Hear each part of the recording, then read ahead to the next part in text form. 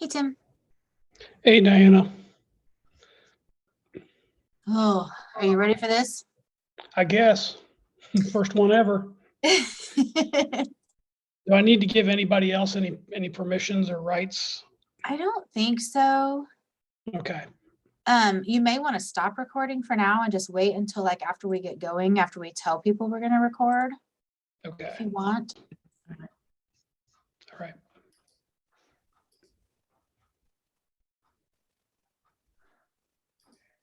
Well, welcome everyone. My name is Sandy Gehring, and we are excited to have you here today at Keep Indiana Chatting.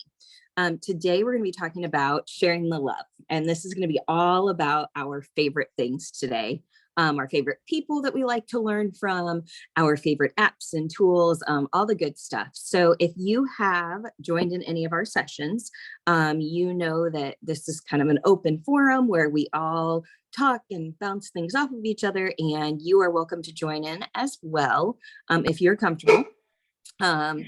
If we have other people kind of pop on, we'll let them share. And then this session is also being recorded so that you can always go back and take a look at it again.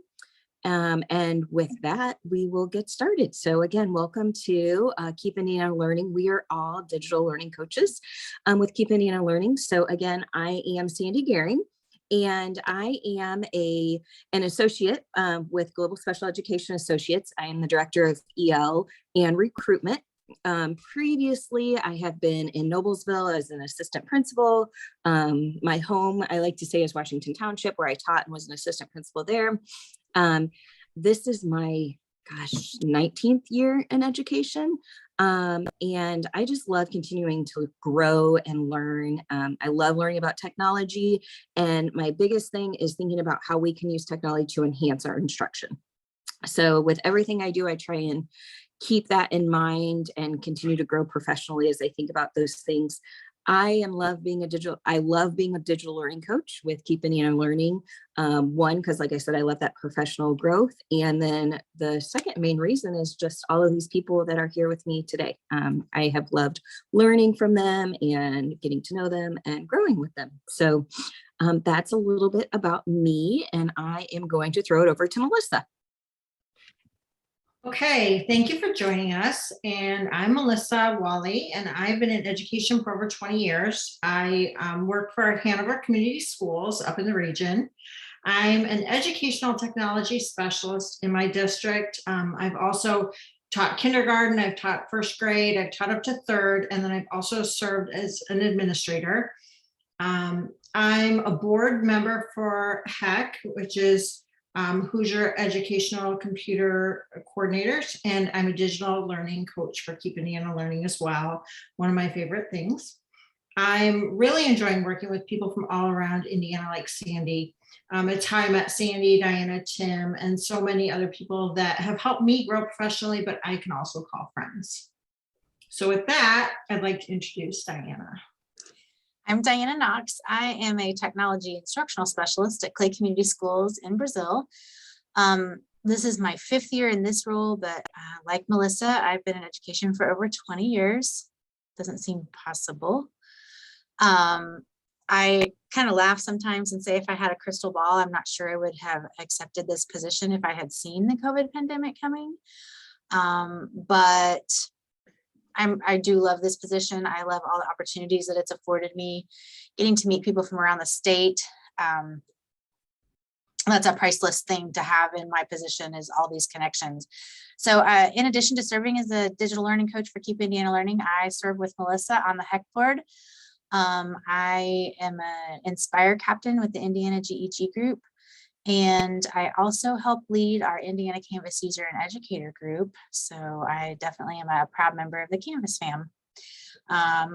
Live on a farm, love to travel, and technology has really paved the way for a lot of things. So I'm excited to keep learning and exploring. And so we're glad to have a new member join us for Keep Indiana Chatting tonight. So Tim, welcome. Thank you. Before I start, I want to go ahead and welcome a guest. Derek Warch hopped in our chat here. Derek is a French teacher from my home school district in Richmond. So Derek, thanks for being here. Yeah, my name is Tim Arnold. I'm a district e-learning specialist from Richmond Community Schools in Richmond, Indiana, the beast from the east, as they say. Prior to that, I was a social studies teacher and coach at Nettle Creek Schools in Hagerstown, Indiana. I guess I'm the old man of the group. This was my 32nd year in public education, 26 at Hagerstown and the last 6 at Richmond. In addition to that, I was selected as a top 10 educator in the state of Indiana. I taught social studies methods at Earlham College in their Master of Arts in Teaching program. And I've been lucky to present at multiple state and national conferences.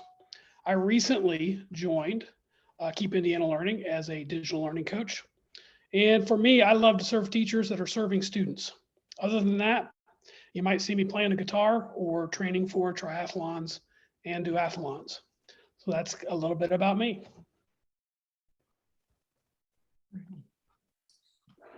Well, jumping in, we're going to talk about what our favorite resources are, right? Sandy, you got that one first? Oh, you're muted, Sandy.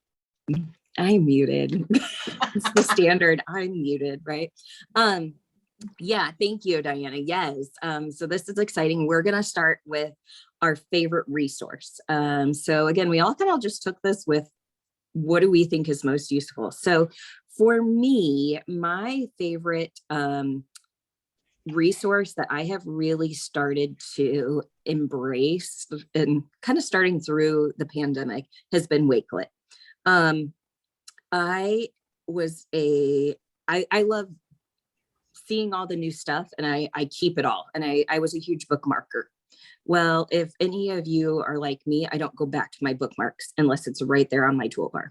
So, I've got all these great things saved, and then I wasn't going back to them. And then when I discovered Wakelet, I really realized that visual reminder of what's on that page is huge for me. Along with that, I think Wakelet is so cool because one, it expands your professional learning network. Even personally, there are things that I'm following like cooking stuff, but educationally, you can find anything out there and follow those boards so that you have already created Wakelet resources. With my students, I have created a board for them and sent it all for them to look at and use. And that really keeps the kids focused. For me, when I was working with second graders, it was a way to hone them in. And I only want you to look at this website or this PDF because you can save a plethora of things on it. So even better than just being able to bookmark, being able to save everything I need in one location has been really great for me with Wakelet. It kind of takes me back to our previous Keeping Indiana Chatting, where we talked about our the favorites, not your favorites, on Drive. Help me out here. What do we call the priorities? Workspaces. Yeah, it kind of takes me back to the priorities. So that is my resource that I have really embraced, again, professionally and personally. Just a great way to keep things saved that you can go back to. It's fantastic for that first dipping your toe into personalized learning and giving your students some choice of resources. If you're a Canvas user, it embeds beautifully on a Canvas page. It's a great resource. I like Wakelet when, I've used that a lot when attending a professional development or a training and they've shared it out as a package. I think that is a wonderful way to share something out with somebody because it's easy to find, it's easy to access. I've even gotten it like through a training where they've sent it out and you've revisited that many times to almost as a course. So I think it can be used in different ways. I'm with you, Sandy. I like Wakelet. You made me think of, oh, sorry, go ahead, Tim. Yeah, I'm glad to hear of all the uses. I've used it in one way. At Richmond, we do a Tuesday night Twitter chat once a month, and that's how I send it out the next day. For anybody that missed it, I can catalog the entire Twitter chat very quickly by just putting in the hashtag and put it in reverse order, and you get a link and send it out. But I've not used it in any other way. So I'm glad to hear about all these other uses. That's a great idea. You know what else I love about it? I think we're always looking at ways to grow and any certifications we can get, any of that kind of stuff. It's a lot like Flipgrid, where they offer these ways to become a Wakelet.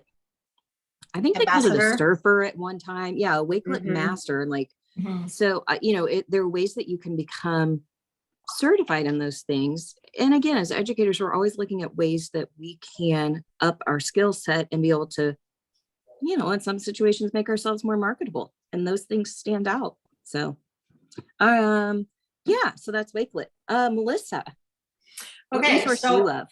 I don't have a favorite because I think that my favorites come and go real quickly. Like now Sandy's talking about Wakelet and I'm like, okay, now I want to go all in on Wakelet.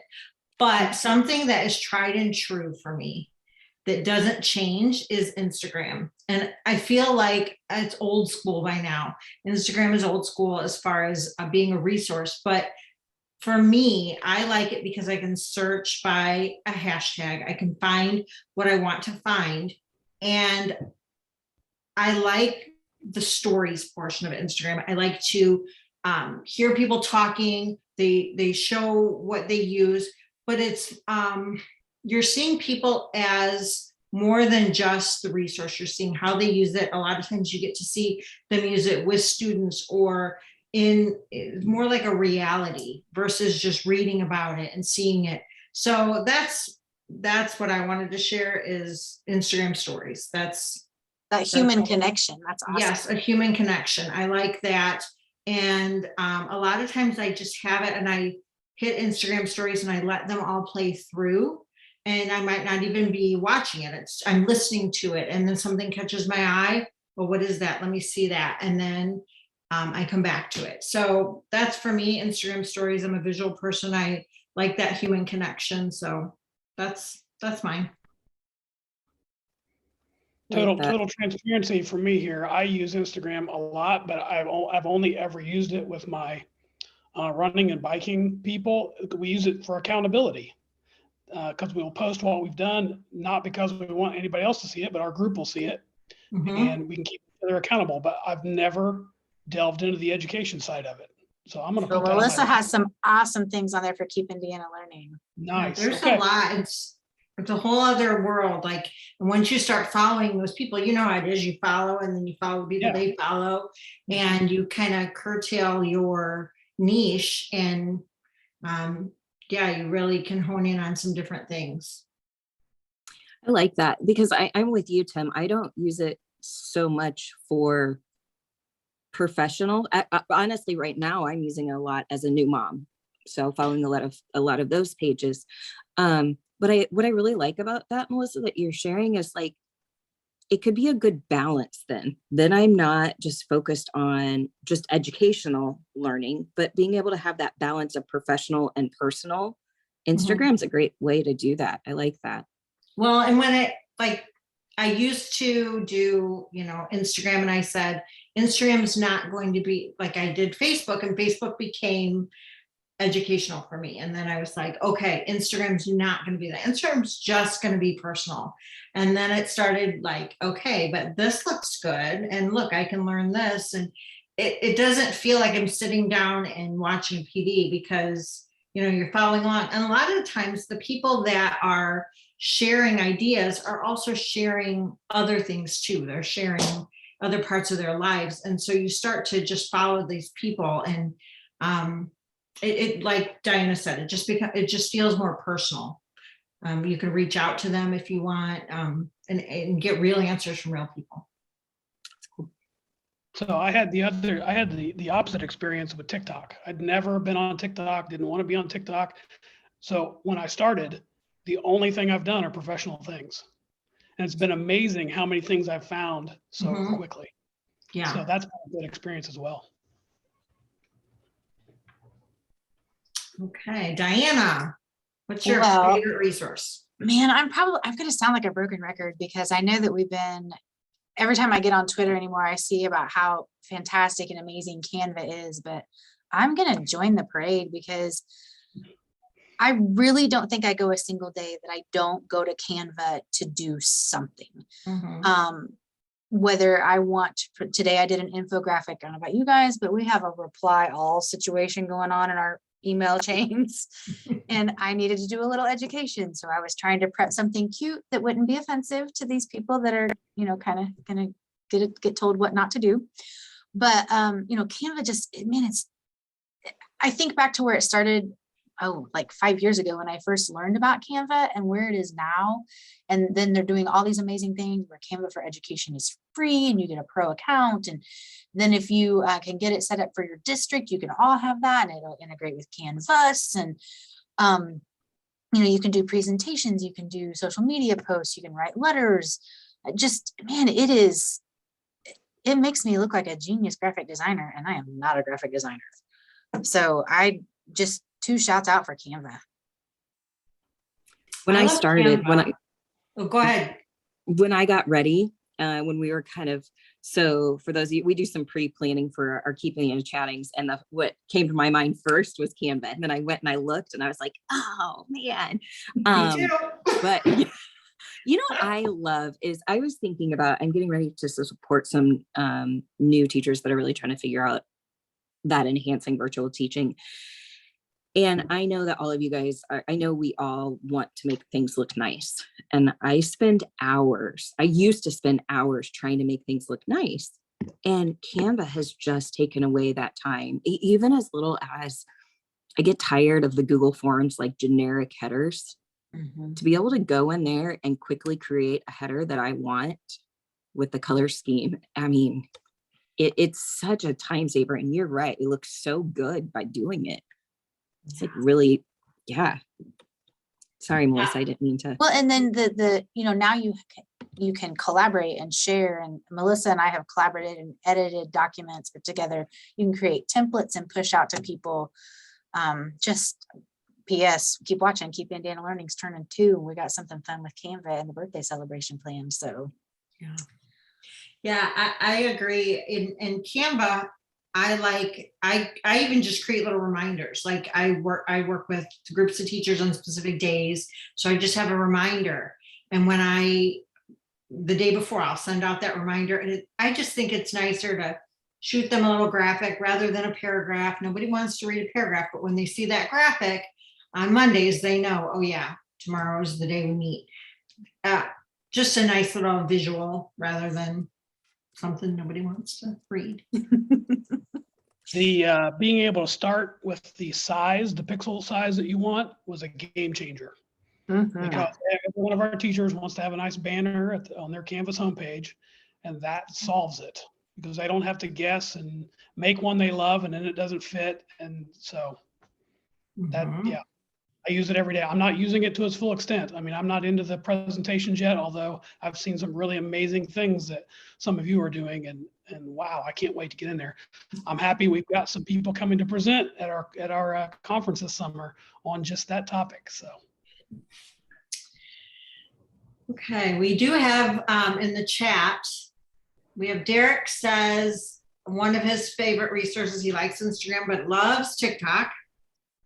And he has teacher accounts he follows with many ideas. And from TikTok, he's found great ideas to incorporate Among Us, Pokemon, Supermarket Sweep, and other current games and teenage obsessions for assignments. Oh, and that's so important because if you can do that and draw them in on those interests they have outside of school, they're so much more engaged with what you're doing in class. And sometimes I feel out of the loop as far as what some of this stuff is, but when you yourself are involved in some of the current trends, then you're cool to your kids. I'll sing Derek's praises here for a minute, even as he's out running errands, I'm glad he's listening. He got a couple of things from our last RCS Learn chat and tried them the next day, and was willing not only to try it but to post it and show everybody. And that is so key to getting early adoption on ideas, or getting people just to expand a little bit about what they do to engage students. Awesome. Tim, what's your favorite? Well, I loved all the ones you mentioned, but I am a loyal Symbaloo user. That is my go-to. I have never set it as my homepage, but it's the first click. I got it. It's stuck up there in the upper left-hand corner, and I go to it because I can see you've got 15 to 20 to 25 places that you go every day. And I can get most of those all in one Symbaloo. And if I need more, I can spill over and add more. But gosh, for the last 5 or 6 years, that's just been my go-to. It's so easy to add a tile or things to a tile. I've got a section for gamified things. I've got a section for all the textbook company things that I have to keep track of. Anything you can imagine. And then if I want to have a more fun page, I'll just make a new Symbaloo and it's just the next tab over and I've got a whole bunch of fun stuff there to use. So I've never found anything like it. I'm sure it sounds like Wakelet would be very similar to it. But for me, visually, to pop it up there on the screen, that's All those little tiles, you can fit so much onto a Symbaloo. Yeah. I can't tell you right now how many are on there, but enough to get me through most of the day on one Symbaloo most days.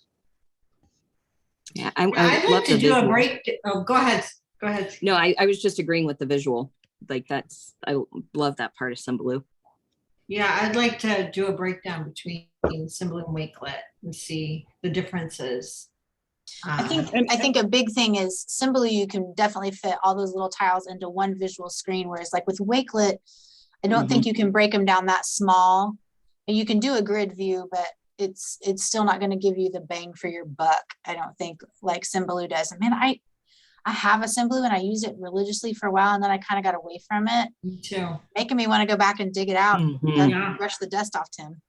I love that it's shareable too. I can share that right, the whole thing with somebody if I'm working on a specific topic and we're just dumping resources in because we know we're getting ready for something.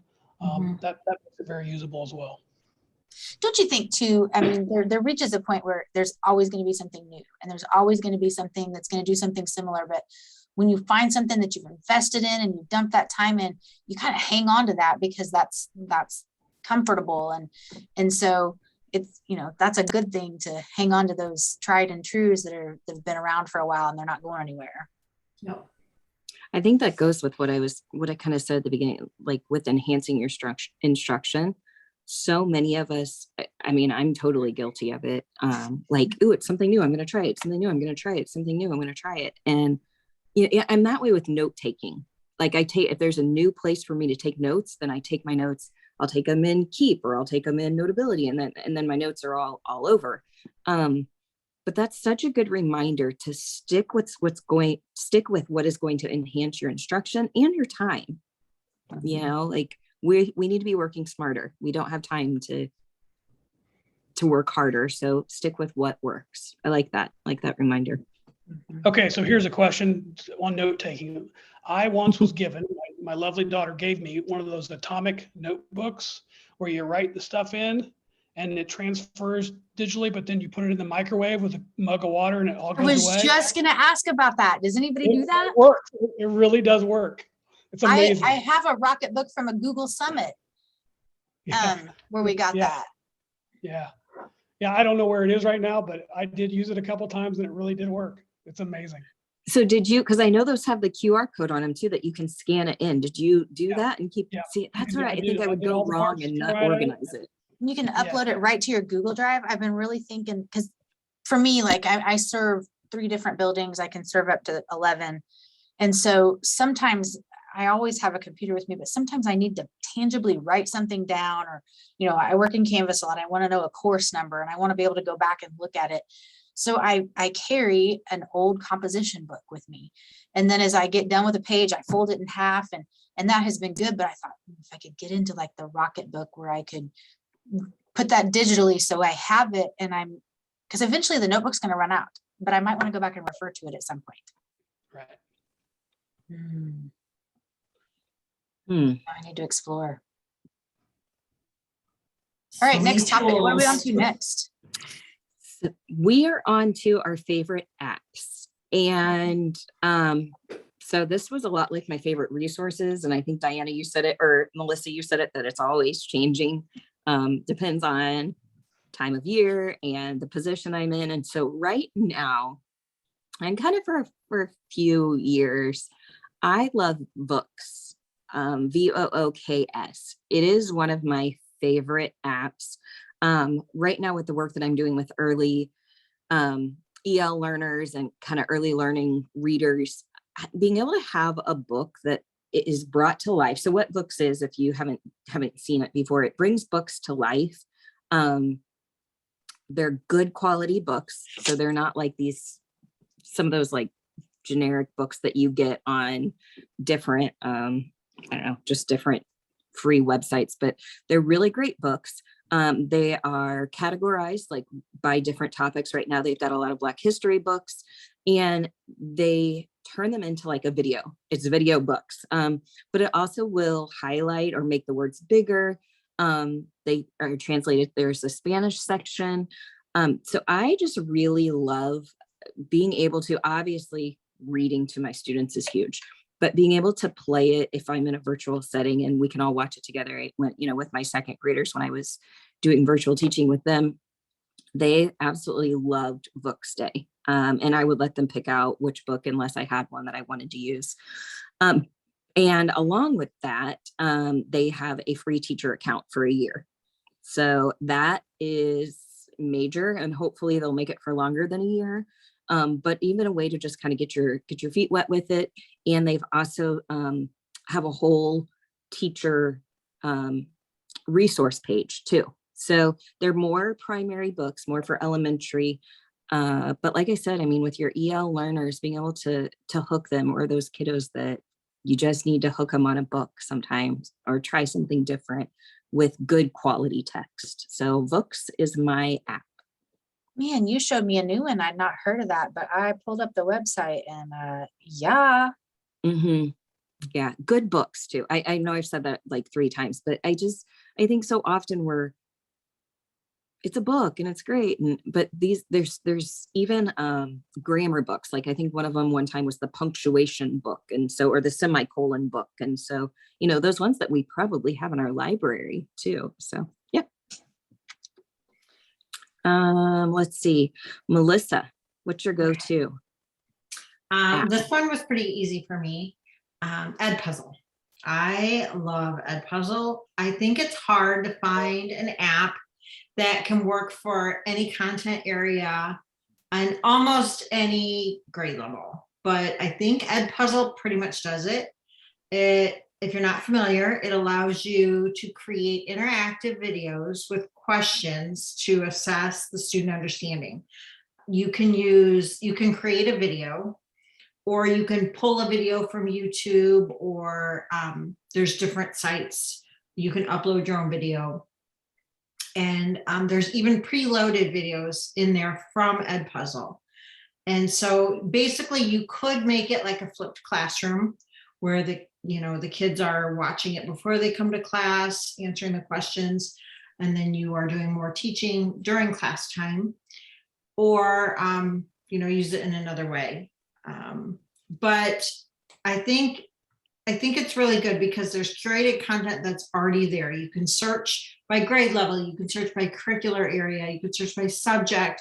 It's very intuitive to use. What's already there, you can even edit. So if Sandy went in and created an Edpuzzle and she had a video and she had 8 questions in there, and I went in and found her video, and I was like, that's a great video, but my kids aren't quite ready for all 8 questions. I only want to use 4 of her questions, or I like 4 of her questions, but I want to add another question of my own. I could do that. And so I could take what's already there and edit it and make it my own. I love all of those features, and I just think it's a great app that's available, has a free option. When I was still in the classroom and I first started to do like a modified flipped, I used Edpuzzle to teach all of my grammar lessons, and had the students, it was great for me because I could have them fill in like a notes packet or do an assignment while they watched the Edpuzzle, and then that freed me up to pull students back and work one-on-one. So I really was able to multiply myself and be in one place, more than one place at a time. So you're right, Melissa, it's fantastic. Yeah, and I like that it automatically grades the multiple choice. And then if there's a short answer or a longer answer, then those are left for you to grade, obviously, yourself. But I just think it's a great resource. And then the other day I was showing some teachers at Puzzle, and I saw that you could see your district's resources. So all of the videos that our district is using, we could see those, which I thought was interesting, that you could just, every teacher could see. Our math team used to create videos and share, so not everybody was having to make all the videos like teacher A would make, and all the teachers in the math department could use them. They really liked that option. Yeah, and it has, I think it has really come in handy with quarantine students, that teachers were then creating videos, math being one of them, to be able to actually teach, and just using, actually writing out what they're doing and talking and sending it to kids. So I think that that came in handy. I always thought too, it was so good that if my students were absent, then I could post that video and they got the same authentic instruction that my students in class got. It was the same lesson. And so I think so many times your students who like right now have been quarantined or they're absent, they feel shortchanged because you give them the Cliff's Notes version of something. Can we just say right here and now that teacher-made videos of themselves are always, always, always better than anything you're going to find, because it's authentic to the kids. Preach. I know there's stuff out there, but it's 40 minutes long. Yours isn't going to be 40 minutes long, and they want to hear you. Even if they pause your face in funny spots and take pictures and send it to each other, they watched it. Mm-hmm. So that's one of the things I was thinking as you said that. My two absolute no-brainers for Edpuzzle were no skipping and the open classroom. So the kids don't have to have an account. When they went to that, it was a no-brainer. And I say that as a school that purchased Canvas Studio. Mm-hmm. Canvas Studio is pretty amazing. If I were in the classroom, I'm not so sure I wouldn't still use Edpuzzle. Yeah, and Melissa does. I know Edpuzzle will embed into Canvas. Schoology, Melissa, you're a Schoology user. I bet it embeds nicely there too, doesn't it? Yeah, we do have the paid version, but it's an LTI app, so yeah, goes right in nicely. Mm-hmm. I think, and it's been a little while, I feel like I've even used Edpuzzle with staff professional development. Like I have given, especially if we didn't have time, I want you to watch this, and then embedded the questions in the middle. Nice. I think. I've done that with stuff, just I'm modeling what I wanted to do in the classroom. Mm-hmm. Yeah. So nice. I did see somewhere that you could have students create Edpuzzles. I haven't done that, but I think that would be another, a higher order of showing what they know. Okay, so Diana, what's your favorite app? I had to go with Quizlet, and I don't get to use it so much more now in this role, and back when I was in the Spanish classroom, it was so much more than just vocabulary for me. I would use it for grammar. I would use it I did a whole unit on giving directions and maps and navigating towns. And I would do like discussion type back, question and response, match the appropriate response. And when they came out with Quizlet Live, my students would like beat each other down to get to play the games that day. And they intuitively, they recognized that all of my vocabulary was in a Spanish language. So then like the team names were Spanish animals. I mean, my students just loved the Quizlet, anything in Quizlet.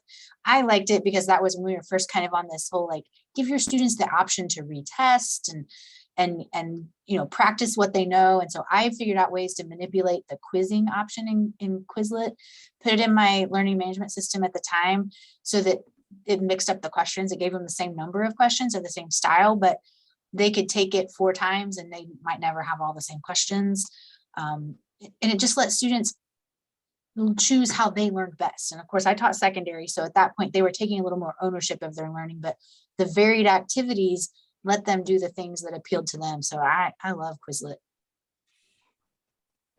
Same. My first introduction to Quizlet was because I was working with Edu Protocols. And there's an Edu Protocol and I love them all, but there's one called the Fast and the Curious. And it's really suited to vocabulary or some terminology or whatever, but the whole idea is to give kids a quiz, usually with Quizlet cold, do a mini lesson, and then you re-quiz, and you do that 4 days in a row. And the amount of back-end data that you get from Quizlet on individual kids in classes is amazing. And that's usually the one I use when I'm doing PD. I'll give Russian phrases, because I'm assuming there's not too many people in the room that know Russian phrases, although I had a ringer one time. But so we'll get 32%, and then we'll do a little mini lesson, and we'll do a Quizlet again, and now we're at 84%. And just to show how fast you can make gains in a meaningful way with something like Quizlet. So yeah, it's one of my favorites for sure. Awesome. Good ones to add to my list of things to try out. I'm taking notes here. Right?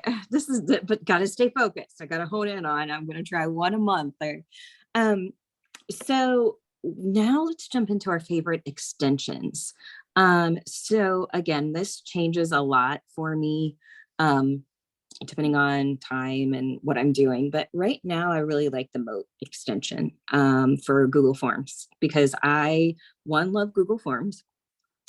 So again, thinking about my EL learners and kiddos that are really falling at a level 1, level 2 on WIDA, being able to have that voice in the videos right there for some of the Google Forms that we're doing.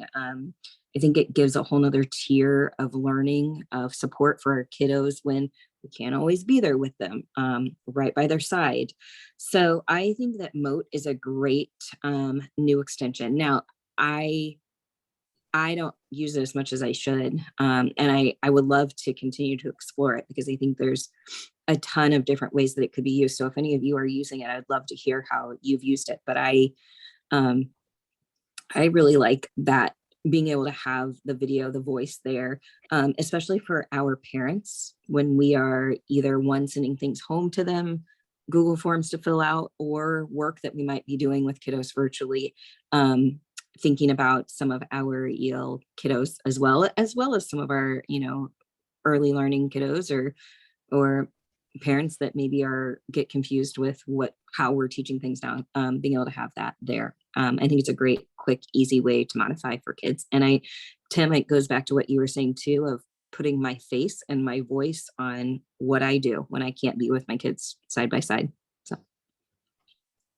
Yeah, I agree. I put the extension on, and it showed up immediately in Google Slides, and showed up immediately on Google Forms.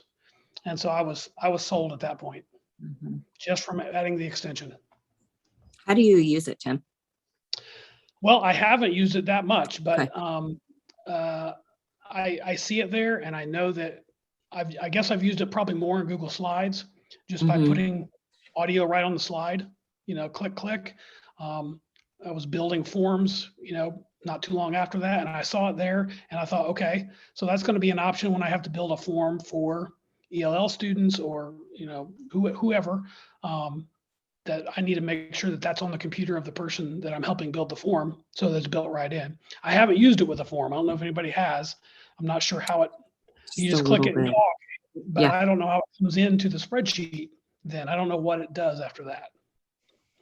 I did, just when I was kind of thinking about it, there's an app now too. So I haven't really used the app. I'm curious to see what that would be like, but there's an app that I put both.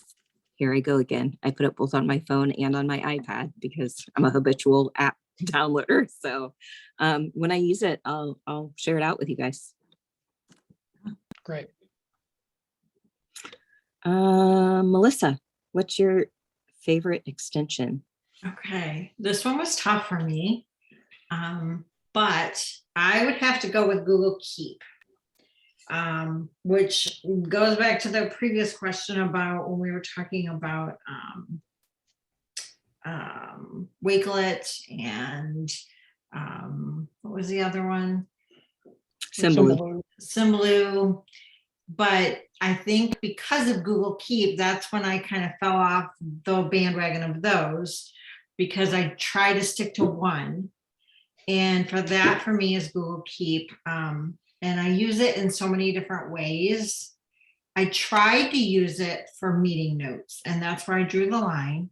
talking about our note taking because it was just too much for me. So I found a different way to do that. But I do use Keep to create all my to-do lists, keep myself on track. Any kind of like an email that pops up, you can save that right to Keep. And then when I search Keep, it finds anything by keyword. And so I appreciate that because I'm notorious for knowing exactly where I put something, having no idea where I put that thing.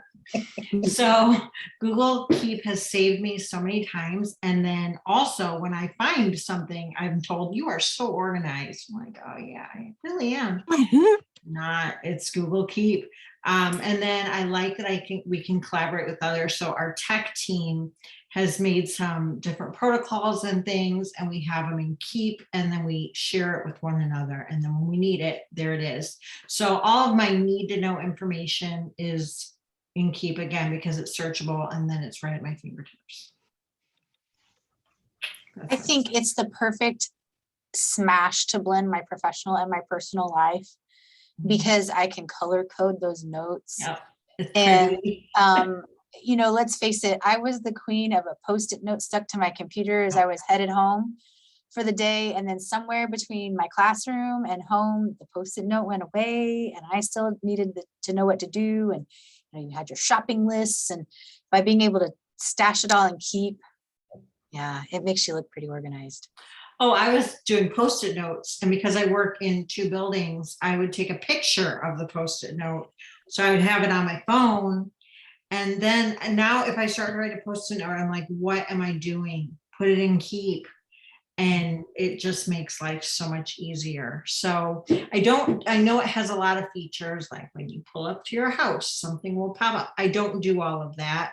I don't need that, but just the basic, help me find things, help me save things, be my other brain. I do all of that, and it really helps me. I do set reminders for Sam's because I don't go to Sam's all the time, but I keep the Sam's list. That's a good idea. Yeah, Sam's and Costco are important. I like using Keep so I did last year for Keeping in Learning. We were doing some of our videos. I shared a session on Keep.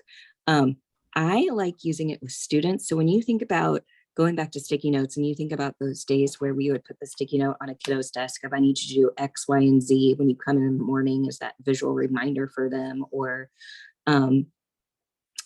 you know, this is what you do to prepare for the day, those types of things, or at the end of the day. I have used that with kids and put that on their device so that every day they're checking it off, and I can follow that too because I've shared it with myself.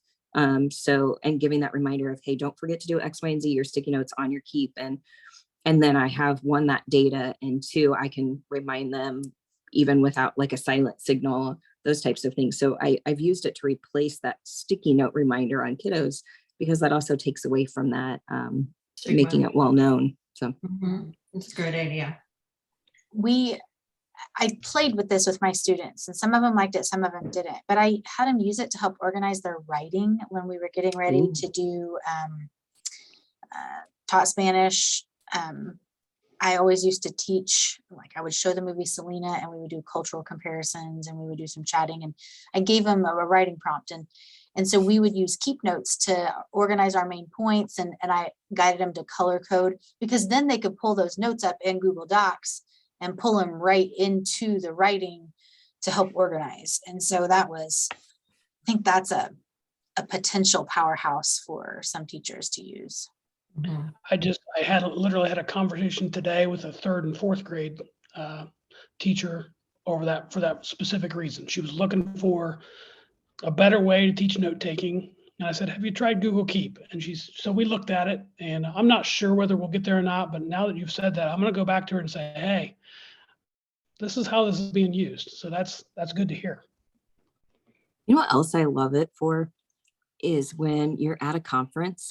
We used to go to conferences, and I didn't want to take out my computer, but I wanted to have my notes, and just being able to take them right there on my phone and know that it's going to be synced on however many devices I have. Take a picture of that screen and add it to the note. Yeah. And do what Melissa said and like share it with my partner that's at the conference. It just so much better than having notes run in a Google Doc at a conference. Ugh. Yes, you're right. I remember when we used to go to conferences, if there were 4 of us, we'd have one sheet. Yeah. And then Melissa, you everybody and just I- added. We have a Yeah. head keep with all of the session Yeah. resources from a few years That's ago. Yeah. right. Oh, those were the days. We'll get there. We'll get back there. I've Tim, actually what's your used Keep- favorite extension? Well, I'm sorry. yeah, you're fine. I was gonna say what I've used Keep for the most are the meetings that I only do one time a year, like Oh, new teacher orientation. I have all of my notes in a Keep. yeah. And yes, I can find them in a doc, but I put them down there as soon as the meeting is over. So I know next year, okay, here's my bullet list of things I covered. Here are the things I need to change. And so it's those, because those are the ones where I forget or I've slept. I'm like, boy, I forget what I did last year. So I've got it somewhere and it's been easy to find. Well, and okay, we're probably all out in different buildings. And so don't you love it when somebody comes up to you in the hall and says, hey, I need this, or I need to know about this? Well, sweetheart, I'm never going to remember that right now. So if I don't take out a keep note and put it down, I have like some running pinned notes that are my to-do list, my things to explore, my, because if you can tell me in 5 minutes later, I'm going to run into another person that's going to ask something else of me. And pretty soon I'm going to forget what the first person asked. Yeah. Okay. So my favorite extension, and then I'm going to go back and do Nearpod because I really love it, but I just didn't get a shot. So I'm going to go back and do it. Loom. Loom is my all-time favorite Google extension, Chrome extension. Loom is a video screencasting program, 2 clicks maximum, and you are recording your screen. I started, what's the other one? What's the Screencastify? I started like most people did as a classroom teacher. Here's how I started. I had half of my honors U.S. history classes and be gone at the National FFA convention. That's literally how it started. And they were going to miss what short lecture we did and some other classroom activities. I go, all right, we're going to try this. Here we go. And I was hooked from that point on. But Loom is the real deal. With Loom, you can, as I said, 2 clicks in your recording, but you were going to record your whole desktop, just a particular tab. Is going to record into the cloud. So unlike Screencastify, it doesn't take up any space in your Google Drive. The videos are instantly available. And I get a notification the first time it's been viewed. It loads quickly. And there are just so many features. And when I say that, I'm only using the extension version. There's a desktop app version that I think is even greater, but we don't use it because our teachers are blocked from downloading things due to a big phishing scandal we went through. So we just stick with the extension and it works great.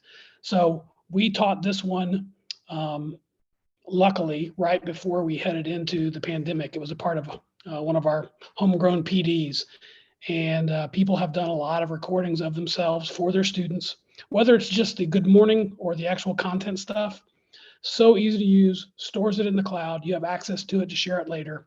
People can respond to you in a video.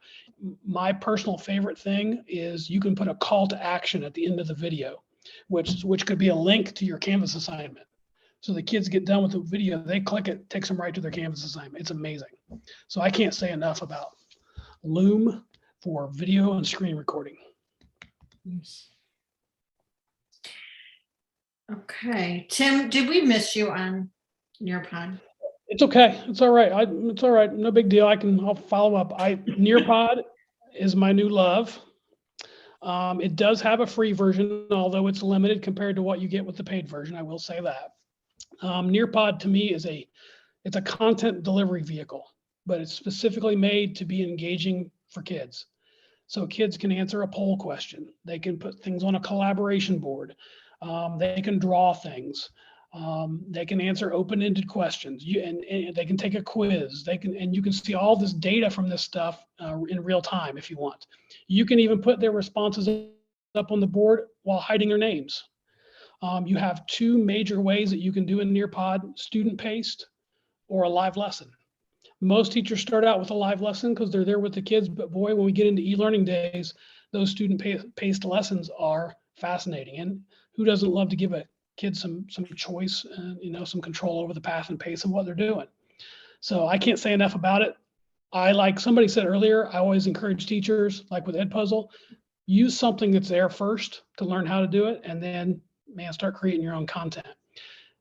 The last thing I'll say about it, although I could say a lot more, I think, is that there is a Nearpod add-on for Google Slides, and you're in your Google Slides that you've already created.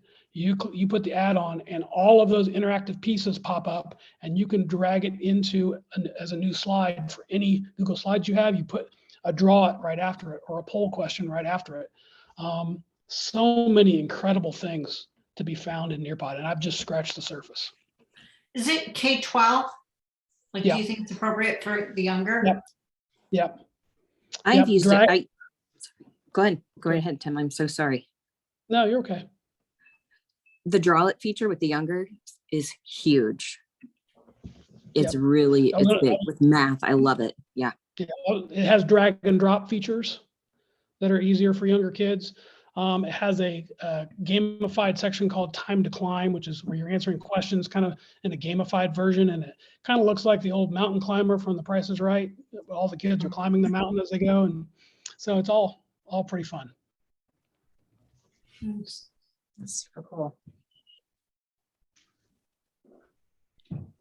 All right, our time's a wasting by really fast, guys. It's almost 10 till 8. Do we want to go ahead and do our quick go-to? I think so, yeah. Okay, so I'll start us out real quick. So it's like kind of thinking about who are our favorite go-tos for tech resources and ideas. So mine is actually a colleague. She is the technology integration coach at Noblesville, but she's also a huge, she really embraces the importance of literacy. She's an avid reader. I can't even tell you how many books she reads a year. Here's what I found. Siri found her as well. I'm just kidding. But it is Kristen Patrick, and she is just an outstanding educator, a wealth of knowledge, really, like I said, looks at integrating the importance of literacy with technology and going to the importance of it. She's done a lot of work with us here at Keep Indiana Learning. You'll find a lot of things on demand that she's done. One of my favorite things is she sends out at Noblesville, she sends out every Friday newsletter with just highlighting things to try and highlights people. And, you know, I am so grateful she's highlighted some of the work that we've done here with Keep Indiana Learning. And so, you know, I really go to her on our social media sites, but as well as just personally, you know, being able to connect with her that way. And then the other person that I really go to a lot is Casey Bell for Shake Up Learning with Google. I love listening to her podcast. I love getting that weekly email. And with both of them, they're the ones that really get me opening up too many tabs that I end up then putting on Wakelet so I don't forget. So Kristen Patrick, check her out here on Keep Indiana Learning. And I like Casey Bell. Kristen's a great one. She's so willing to share. Kindest heart. So. Well, mine, we're a Canvas district, so I'm always searching for all things to support our Canvas usage. And we have a hashtag Canvas fam. So when I look at Lindsay Hallett, Carrie Gardner, I can't not mention the Canvas casters, Eddie and Marcus. I reach out to them a lot. You know, they just released the book, Canvas LMS for Dummies. I'm actually working and collaborating with some people. We're going to do like a book study, kind of a choose your adventure thing. And Marcus knows I'm looking at that. So he's connecting me with some other people from around the country. And so I like those resources. It can't go wrong with Nadine Gilkison here in Indiana. She is so willing to share everything she knows, has a strong presence on Twitter and Facebook. And then Candace Buchanan, I discovered her when I was preparing a Keep Indiana Learning shortcut snippet at Christmas time. And she's got some really great resources out there too. Chromebooks type things. And so there's a lot of great people. You could go down that rabbit hole and spend hours on social media.